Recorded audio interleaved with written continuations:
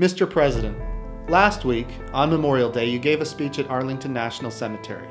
This is what you said, quote, "Last Memorial Day, I stood here and spoke about how the first time in 9 years, Americans were no longer fighting and dying in Iraq.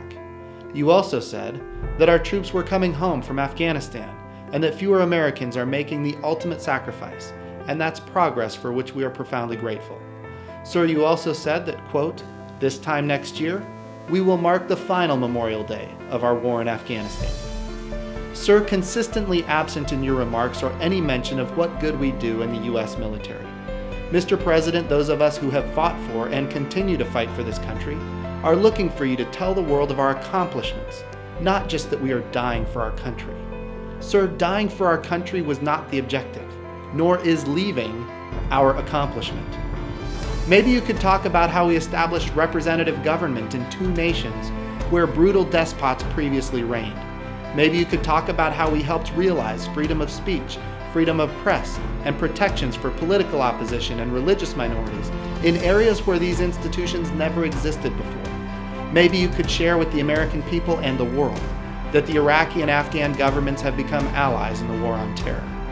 While these achievements might not have been, quote, worth it in your view, they are still achievements of which the friends and families of our honored dead can be proud, sir, especially on Memorial Day.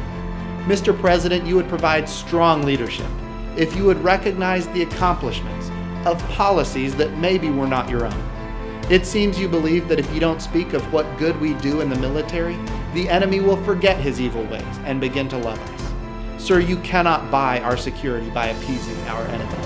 Even worse, this policy of peace without victory is insulting and demoralizing to those of us who serve or have served.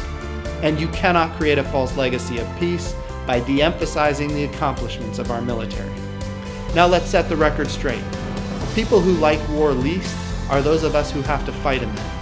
Sir, nobody is asking for war, but a leader would provide an honest assessment of what good our military has done, especially when every lesson of history tells us that your policy of peace through appeasement places our nation at greater risk because our allies, old and new, cannot trust us, and our enemies do not respect us. Mr. President, please acknowledge what good our military does. Do it for our troops, for their families, and for our nation.